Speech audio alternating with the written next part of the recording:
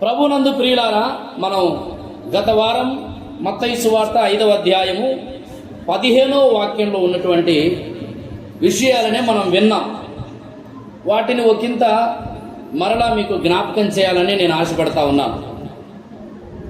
దీపము అని బైబిల్ ప్రస్తావిస్తున్నప్పుడు మనకు ప్రాముఖ్యంగా ఎన్నో సంగతులు ఆలోచనలోనికి రావాలి. కానీ దానిలో ముఖ్యంగా దీపము అని బైబిల్ గ్రంథం దేవుని వాక్యమును దీపము అని పోలుస్తూ ఉంది. అలాగే మానవుని యొక్క ఆత్మ అనేది కూడా దేవుడు పెట్టిన దీపమని సామెతల గ్రంథం 20వ అధ్యాయం 27వ వాక్యంలో మనం చూసాం. నరుని ఆత్మ యెహోవా పెట్టిన దీపము అని బైబిల్ చాలా స్పష్టంగా చెబుతూ ఉంది. పోయిన వారం మనం చెప్పుకున్నట్లు దేవుడు పెట్టినటువంటి ఆత్మ అనే దీపమును యుగ సంబంధమైనటువంటి సాతాను, అపవాది శరీరము యొక్కయు మనస్సు యొక్కయు కోరికలను నెరవేర్చుకొనుటకు మనలో ప్రేరణ కలిగించి ప్రపంచ ధర్మమును మనం అనుసరించేటట్లు చేసి పూర్తిగా గుడ్డితనములోనికి, చీకటిలోనికి వెలిగించబడినటువంటి దేవుడు మానవునిలో పెట్టినటువంటి ఆత్మదీపము ఆరిపోయేటట్లు చేసుకున్నాం. సాతాను పూర్తిగా దేవుడు మానవునిలో పెట్టినటువంటి ఆత్మ అనే దీపాన్ని ఆర్పివేశాడు అని పోయిన వారం మనం నేర్చుకున్నాం. అయితే అద్భుతమైన విషయం ఏంటంటే పరిశుద్ధాత్మ దేవుడు ప్రభు అయిన యేసుక్రీస్తు లోకములోనికి వచ్చి ఆరిపోయినటువంటి మనుషులను వెలిగిస్తూ ఉన్నాడు. యోహాను సువార్త 1, 7, 8, 9 వచనాలు మీరు చూస్తే ఆయన లోకములోనికి నిజమైన వెలుగు ఉండెను, ఆ వెలుగు లోకములోనికి వచ్చి ప్రతి మనుష్యుని వెలిగించుచున్నదని బైబిల్ గ్రంథంలో మనం గత వారం నేర్చుకున్నాం. యేసుక్రీస్తు ప్రభువు వారు ఆరిపోయినటువంటి మన బ్రతుకులను, ఆరిపోయినటువంటి మన కుటుంబాలను వెలిగించినవాడు. చీకటిలో ఉన్న మనలను ఎక్కడికి నడిపించాడు? ఆశ్చర్యకరమైన తన వెలుగులోనికి నడిపించాడు. కనుక ఇప్పుడు క్రీస్తునందు మనమందరం వెలుగై ఉన్నాం, వెలిగించబడ్డవారు, వెలుగు సంబంధులం. అయితే వెలిగించబడినటువంటి వెలుగుమయమైనటువంటి వెలుగివ్వవలసినటువంటి మన జీవితాలలోనికి మరలా సాతాను మనలను ఆర్పివేయటానికి చేసే శత ప్రయత్నాలు బైబిల్ గ్రంథంలో పరిశుద్ధాత్మ దేవుడు వ్రాయించాడు. వెలిగించబడినటువంటి మన జీవితాలను ఆర్పివేసే, ప్రకాశింపబడకుండా, వెలుగునివ్వకుండా వెలిగించబడే దీపాన్ని ఆర్పివేసే 3 విషయాలు. మొదటిదేమో కుంచం, రెండవది కంచం, మూడవది మంచం. ఈ 3 విషయాలు మనం వినడానికైనా జ్ఞాపకం ఉంచుకోవడానికైనా మనకు అలాగే గుర్తుండే విషయాలు. కుంచం అంటే జీవన సంబంధమైనటువంటి పోరాటంలో వెలుగు మనం ఇవ్వకుండా, వెలుగునివ్వకుండా, మన బ్రతుకు వెలుగునివ్వకుండా, మనం ప్రకాశింపబడకుండా కొలతతో కూడినటువంటి భక్తే కానివ్వండి, ఇహలోక సంబంధమైన వ్యాపార వ్యవహారాలు అన్ని కూడా కుంచముతో పోల్చబడుతూ ఉన్నాయి. వెలుగుతున్నటువంటి ఒక వ్యక్తిని ఆర్పివేసే వ్యవహారాలు, వ్యాపారాలు, కొలతతో కూడిన భక్తి, ఇదంతా ఒక కుంచం. ఈ రోజున సమాజంలో చాలా మంది కొంచెం క్రిందికి వెళ్ళిపోయి వెలుగునివ్వవలసిన వారు ఆర్పివేయబడుతున్నారు, కప్పబడుతున్నారు. కంచం అంటే ఆహారం అని మనం నేర్చుకున్నాం పోయిన వారు. తిండిబోతుతనం, దేవుని కొరకు బ్రతకకుండా కడుపే దేవుడు అనుకుని సత్యమును విడిచిపెట్టి బ్రతుకు తెరువు కోసం వేసే ప్రతి పాపపు అడుగు ఒక కంచెమే. అక్రమంగా సంపాదించే ప్రతీది ఒక కంచెమే. కూటి కోసం కోటి విద్యలోని ప్రవర్తించే ప్రతి ప్రవర్తన తీరు కూడా ఒక కంచెం. ఆశీర్వాదం అనేది దేవుని నుండి వచ్చేది, మన కష్టార్జితము వలన కలిగేది కాదు. దేవుని కృప పొందకుండా సంపాదనే నా బ్రతుకని, సంపాదించకపోతే నాకు బ్రతుకే లేదని ప్రార్థన విడిచి, భక్తిని విడిచి, దేవుని మీద ఆధారపడటం మరచి నీ కష్టమే నీ జీవితమని భావించే అనుభవం కూడా కంచముతో పోల్చబడింది. ఈ రోజున చాలా మంది కంచము చేత కప్పివేయబడుతున్నారు. వెలిగించబడవలసిన దీపం జీవన సంబంధమైన పోరాటం అనే కంచముతో కప్పివేయబడుతుంది. అందుకే వెలిగివ్వలేకపోతున్నారు. మూడవది మంచం అని మనం నేర్చుకున్నాం. సోమరితనం, బద్ధకం, అశ్రద్ధ, సుఖస్థితి, సుఖం కోరుకోవటం. మంచం దేన్ని గుర్తంటే తిమోతికి రాస్తూ పౌలు అంటాడు, దేవుని కంటే సుఖానుభవమును ప్రేమించేవారు మంచము యొక్క పరిస్థితి కలిగిన వారు. ఇలాంటి అనుభవాలు మన వ్యక్తిగత జీవితంలో ఉన్నప్పుడు మనం వెలుగునివ్వలేము సమాజానికి. క్రైస్తవులమని చెప్పుకుంటామే తప్ప క్రీస్తు యొక్క ప్రకాశాన్ని మన జీవితంలో మన చుట్టూ ఉన్న వారికి మనం ప్రకాశింపజేయలేము, ప్రతిఫలింపజేయలేము. మన చుట్టూ ఉన్న సమాజానికి మనకు వెలుగునిచ్చిన, మనను వెలిగించిన వెలుగై ఉన్నటువంటి దేవునిని నీ జీవితం ద్వారా నీ చుట్టూ ఉన్న వారికి, నీ స్నేహితులకే కానివ్వండి, నీ ఇంట్లో ఉన్న వారికే కానివ్వండి, నీతో ఉన్నవారికే కానివ్వండి, ఉద్యోగ స్థలాల్లో, వ్యాపార స్థలాల్లో, పనులు చేసే స్థలాల్లో, విద్య, వైద్యం, సమస్త విషయాలలో కూడా నిన్ను వెలిగించిన వెలుగై ఉన్నటువంటి ప్రభు అయిన యేసు క్రీస్తు మహిమను నువ్వు ప్రతిఫలింపజేసే ఒక దీపము వలె లోకములో ఉండాలి. ఇది దేవుని చిత్తం. ప్రైజ్ ది లార్డ్, హల్లెలూయా. ఇది దేవుని చిత్తం.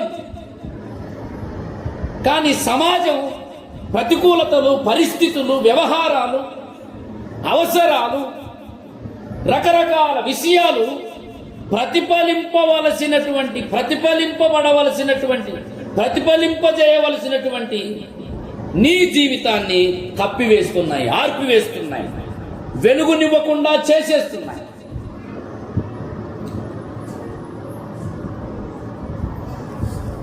దీపము నిత్యము వెలుగుతూ ఉండాలి అనేది దేవుని చిత్తం. వెలిగించబడిన మన బ్రతుకు అది ఎలా వెలుగుతూ ఉండాలి? ఆదివారం మాత్రం వెలిగి మరల సోమవారం నుంచి శనివారం వరకు ఆరిపోవాలా? కాదు. కొంతమంది అప్పుడప్పుడు వెలుగుతుంటారు, ఆదివారం వెలుగుతారు, మళ్ళీ సోమవారం నుంచి శనివారం వరకు ఆరిపోతారు. కొంతమంది పండగలప్పుడు, సంవత్సరానికి ఒకసారి, జనవరి 1 అప్పుడు, 31 నైట్ అప్పుడు వెలుగుతారు. ఎంత ఆసక్తి, ఎంత వెలుగుతున్నాడు బ్రదరు అనుకుంటాం. కానీ ఆ వెలుగంతా అది నిజమైన వెలుగు కాదు. ప్రభునందు ప్రియులారా, మనము నిత్యము వెలుగుతూ ఉండాలి. వెలిగించబడిన నీవు ఆరిపోకుండా ఉండాలి. దేవునికి స్తోత్రం. ఆరిపోకుండా ఉండాలి. ఎన్ని పరిస్థితులు వచ్చినా, ఎన్ని ప్రతికూలతలు వచ్చినా, ఎన్ని శ్రమలు వచ్చినా, ఎంత వ్యతిరేకత వచ్చినా, ఎంత కరువు వచ్చినా, కష్టం వచ్చినా, ఎన్ని ఇబ్బందులు వచ్చినా, దేవుడు వెలిగించిన నీ బ్రతుకు దీపం ఆరిపోకుండా వెలగాలి. దేవునికి స్తోత్రం. సుడిగాలిలోనైనా, జడివానలోనైనా, సుడిగాలిలోనైనా, జడివానలోనైనా ఆరిపోదులే నీవు వెలిగించిన దీపము. నీవు వెలిగించిన దీపము, నీవు వెలిగించిన దీపము, నా దీపము యేసయ్యా నీవు వెలిగించినావు. సుడిగాలిలోనైనా జడివానలోనైనా పారిపోదులే నీవు వెలిగించిన దీపము, నీవు వెలిగించిన దీపము, నీవు వెలిగించిన దీపము. దేవునికి స్తోత్రం. యోహాను సువార్త 5వ అధ్యాయం 35వ వాక్యం దయచేసి ఒక్కసారి చూడండి. యోహాను సువార్త 5వ అధ్యాయం 35వ వాక్యం నేనే చదువుతున్నాను, చదరగా వినండి. అతడు మండుచు ప్రకాశించుచున్న దీపమై ఉండెను. మీరతని వెలుగులో ఉండి కొంతకాలము ఆనందించుటకు ఇష్టపడితిరి అంటాడు. ఎవరంటున్నారు ఈ మాట? ప్రభు అయిన యేసుక్రీస్తు అంటున్నాడు. ఎవరిని గురించి అంటున్నాడు? బాప్తిస్మం ఇచ్చిన యోహానును గురించి మాట్లాడుతున్నాడు. అతడు మీ మధ్యలో కొంతకాలం ఉన్నాడు. ఇతరుల మధ్యలో నువ్వు ఉన్నప్పుడు, ఇరుగు పొరుగు వారి మధ్యలో నువ్వు ఉన్నప్పుడు, నీ ఉద్యోగస్తుల మధ్యలో నువ్వు ఉన్నప్పుడు, నీ చుట్టూ ఉన్న వారి మధ్యలో నువ్వు ఉన్నప్పుడు ఎలా ఉండాలంటే మండుచూ ప్రకాశించే దీపం లాగా ఉండాలి. దేవునికి స్తోత్రం. హల్లెలూయా.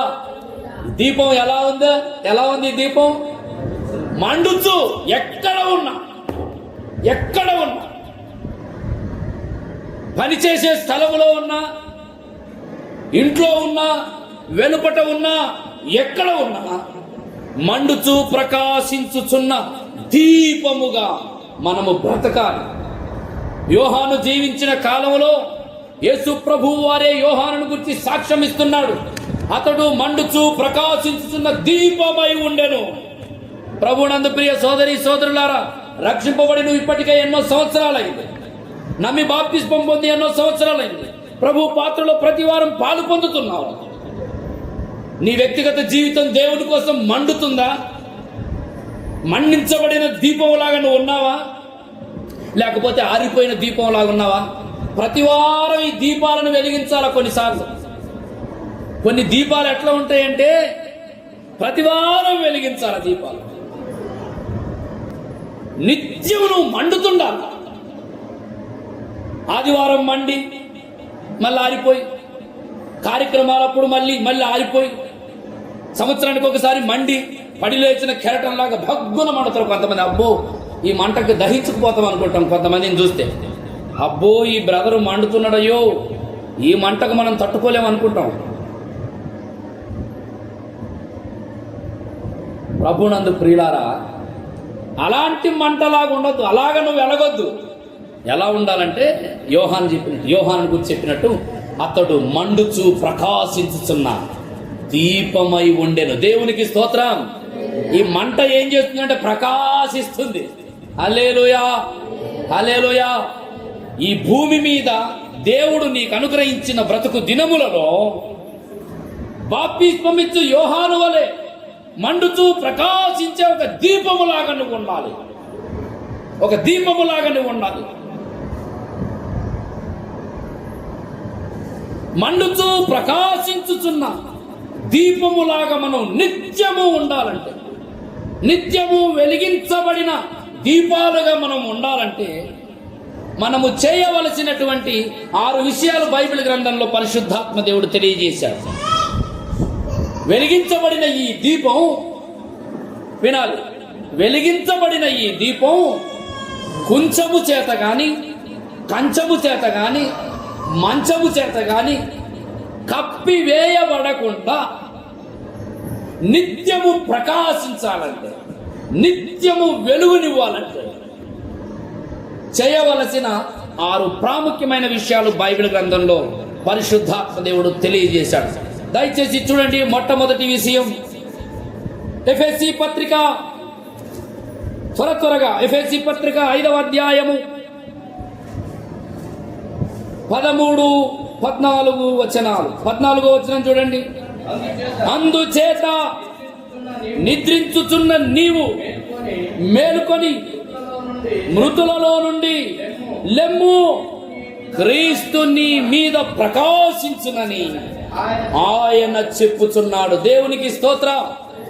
నీవు నిత్యము ప్రకాశించాలంటే, మండుచు ప్రకాశించుతున్న దీపములాగా ఉండాలంటే, నిత్యము వెలిగించబడిన దీపములాగా నువ్వు ఉండాలంటే చేయవలసిన మొట్టమొదటి విషయం ఏమిటంటే మృతులలో నుండి లే. దేవునికి స్తోత్రం. మృతులలో నుండి నువ్వు లేవాలి. మృతులు అంటే ఎవరు? బైబిల్ గ్రంథంలో మనం ఆలోచిస్తే 2 రకాల మనుషులు ఉన్నారు. ఒకటి స్వభావ సిద్ధంగా కాలం మీద పడ్డప్పుడో, వయసు మీద పడ్డప్పుడో, పరిస్థితుల ప్రభావాన్ని బట్టో తనువును చాలించేటటువంటి వారిని కూడా మృతులు అంటారు. కానీ ఇంకొక రకమైన మృతులు ఉన్నారు. వారు చాలా ప్రమాదకరమైన వారు. ఆ మృతులు ఎవరు అంటే పాపముల చేతను అపరాధముల చేతను చచ్చిన మృతులు.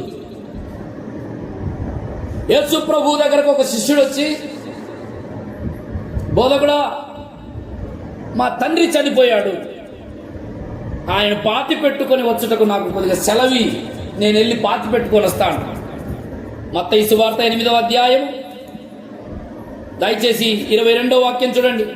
21, 22. శిష్యులలో మరి ఒకడు, ప్రభువా, నేను మొదట వెళ్ళి నా తండ్రిని పాతి పెట్టుటకు నాకు సెలవిమ్మని ఆయనను అడిగిన. యేసు అతనిని చూచి, నన్ను వెంబడించుము, మృతులు తమ మృతులను పాతి పెట్టుకొన నిమ్మని యేసు ప్రభు చెప్పాడు. మృతులు తమ మృతులను పాతి పెట్టుకుంటారు. చచ్చాడు వీడు. వయసు మీద పడో లేకపోతే పరిస్థితుల ప్రభావాన్ని బట్టి చనిపోయాడు. కానీ ఆ చనిపోయినోడిని పాతి పెట్టడానికి ఇంకొక చనిపోయినోడు ఉన్నాడు. దేవుడంటే తెలియని వాడు, సత్యం అంటే ఎరగని వాడు, సత్యాన్ని దేశించేవాడు, సువార్త వ్యతిరేకి, లోకములో ఉండే మతోన్మాద వ్యవస్థ అంతా కూడా మృతులైనటువంటి వారే, చచ్చిన వారే. మృతులు అంటే బైబిల్ గ్రంథంలో మనం మరొక మాట చూడొచ్చు. ప్రకటన గ్రంథం 3వ అధ్యాయం 1వ వాక్యంలో చాలా స్పష్టంగా చెప్పబడిన ఒక మాట ఉంది. దయచేసి చూడండి. 3:1. ప్రకటన గ్రంథం 3:1.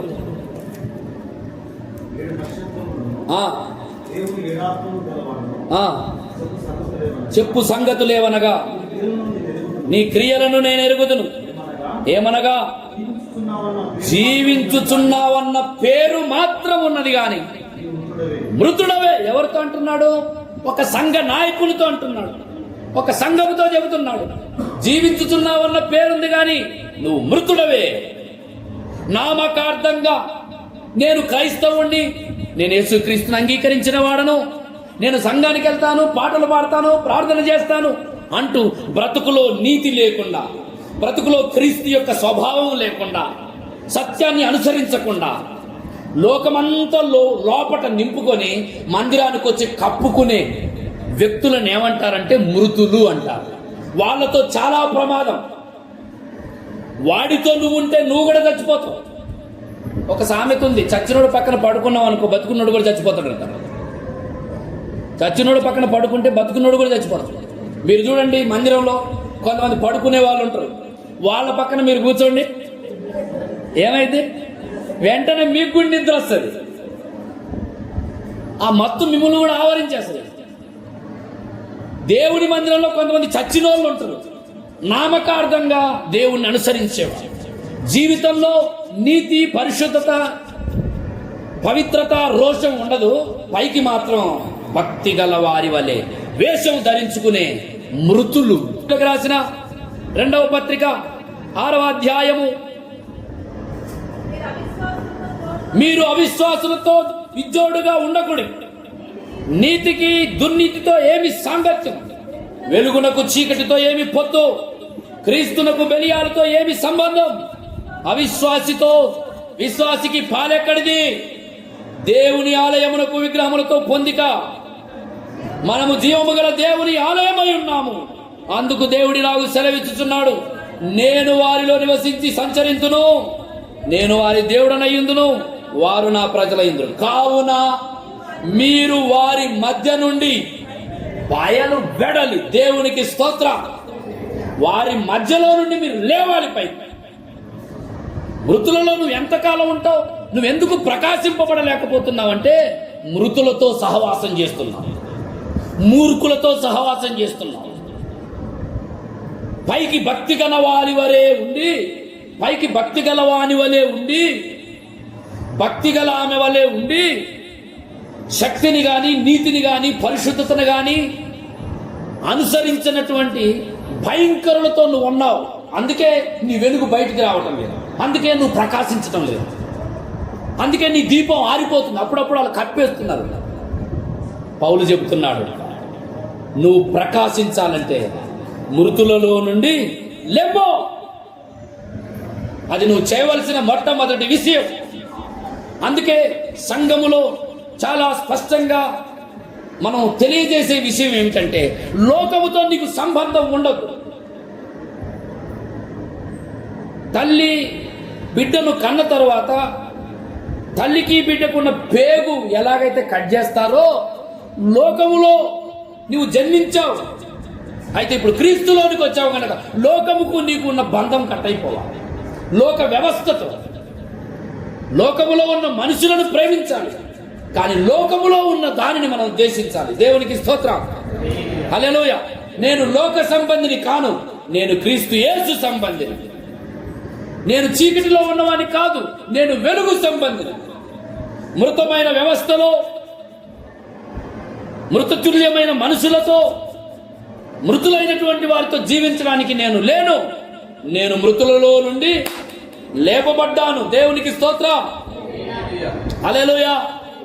అందుకే పౌలు అంటాడు కొరింథీయులకు రాసిన మొదటి పత్రిక 5వ అధ్యాయం 9-10 వచనాలలో, దయచేసి చూడండి. కొరింథీయులకు రాసిన మొదటి పత్రిక 5వ అధ్యాయము 9-13 వచనాలు చదవండి ఎవరైనా. జారులతో సాంగత్యము చేయవద్దని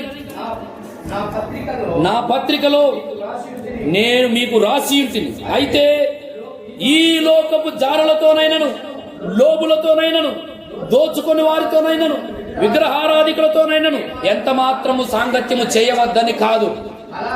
లోకములో ఉన్నటువంటి వారందరిని మనం ప్రేమించాలి. లోకములో ఎవరెవరున్నారు?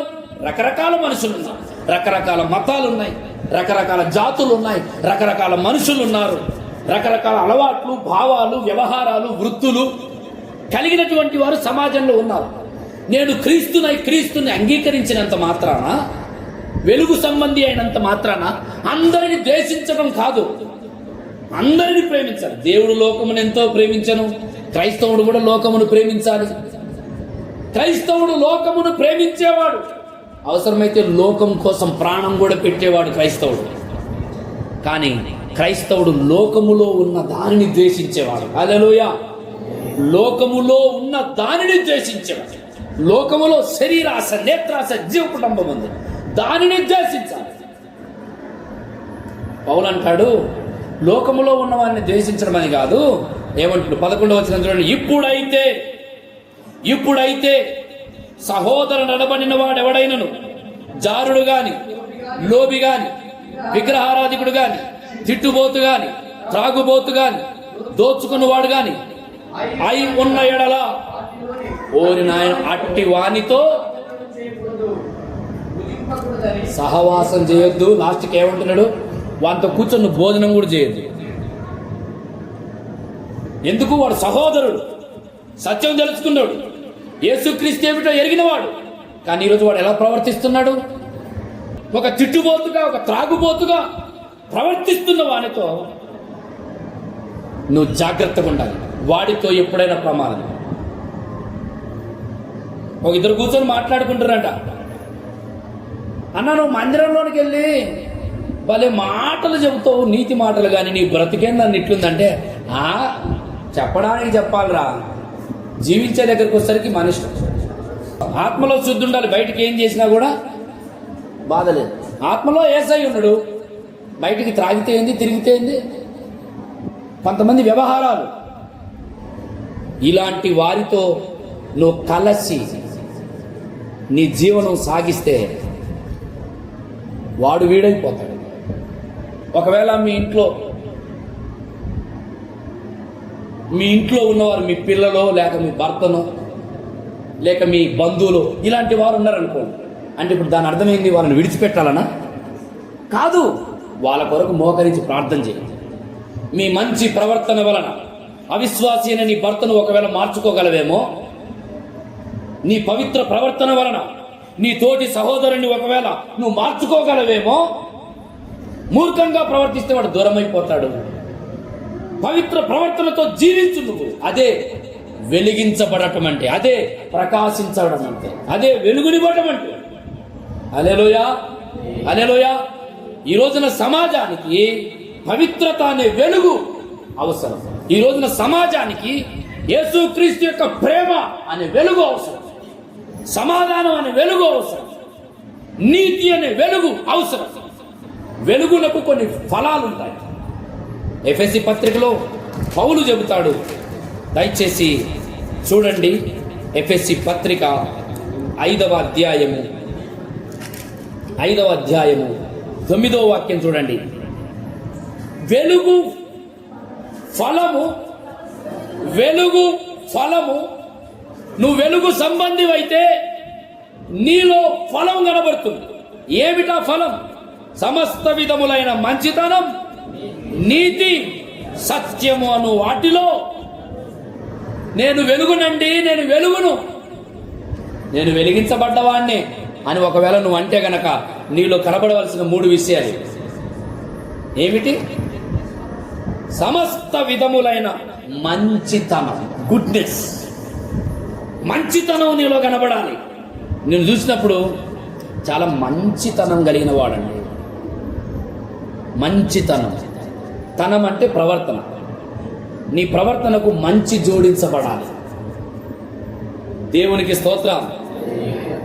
నీతి, సత్యము. నీ వెలుగు నీతో ఉన్నవారికే ప్రకాశించబడకపోతే ఉపయోగం ఏముంది? ప్రభునందు ప్రియ సోదరి సోదరులారా, ఒకసారి మనల్ని మనం పరీక్షించుకుందాం. నువ్వు ఎలా ఉన్నావు? ఎలా వెలిగించబడుతున్నావు? ఎలా వెలుగునిస్తున్నావు? చీకటిలో సమాజం అంతా ఉంది. మన చుట్టూ ఉన్నవారు చీకటిలో ఉన్నారు. నామకార్థమైనటువంటి పరిస్థితులు మన చుట్టూ ఉన్నాయి. నామకార్థమైన వ్యక్తులు సంఘాలలో ఉన్నారు. ఒక పక్క దేవుణ్ణి ఆశ్రయిస్తూ, మరొక పక్క లోకాన్ని ఆశ్రయిస్తూ విచ్చలవిడిగా బ్రతికే వాళ్ళు నీ చుట్టూ ఉన్నారు. వారి మధ్యలో నువ్వు వెలుగు ఫలం కలిగి ఉండాలి. దేవునికి స్తోత్రం. నీ పవిత్ర ప్రవర్తన ద్వారా వారు వెలిగించబడాలి. వారు నీ దేవుని తట్టు తిరగాలి. నువ్వే ఆరిపోతే, నువ్వే వెలుగునివ్వకపోతే మరి దరిద్రత ఎందుకు ఉండదు? మరి శాపం ఎందుకు వెంబడించదు? చీకటి నిన్నెందుకు కమ్ముకోదు?